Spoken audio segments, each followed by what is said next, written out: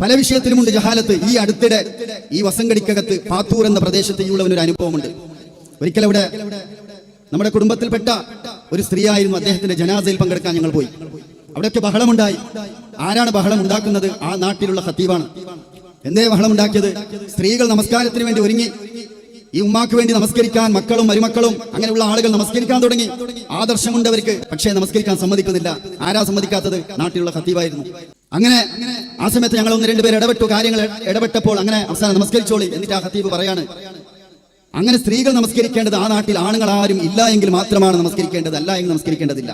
മറ്റൊരു മുസ്ലിയാർ ഒന്ന് പറഞ്ഞു, അങ്ങനെ പ്രശ്നമൊന്നുമില്ല, പക്ഷെ അതൊന്നും ശരിയല്ല എന്നൊക്കെ പറഞ്ഞ് അവിടെ അകത്ത് നമസ്കാരം കഴിഞ്ഞു. പുറത്തു നിന്ന് ഖത്തീബ് നാട്ടുകാർക്ക് ക്ലാസ് എടുക്കാണ്.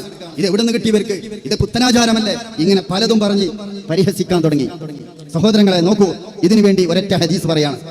മഹദിയായ ആയിഷ റളിയല്ലാഹു അൻഹയുമായി ബന്ധപ്പെട്ട് അവിടുന്ന് ഇമാം മുസ്ലിം ഉദ്ധരിച്ച ഹദീസാണ്.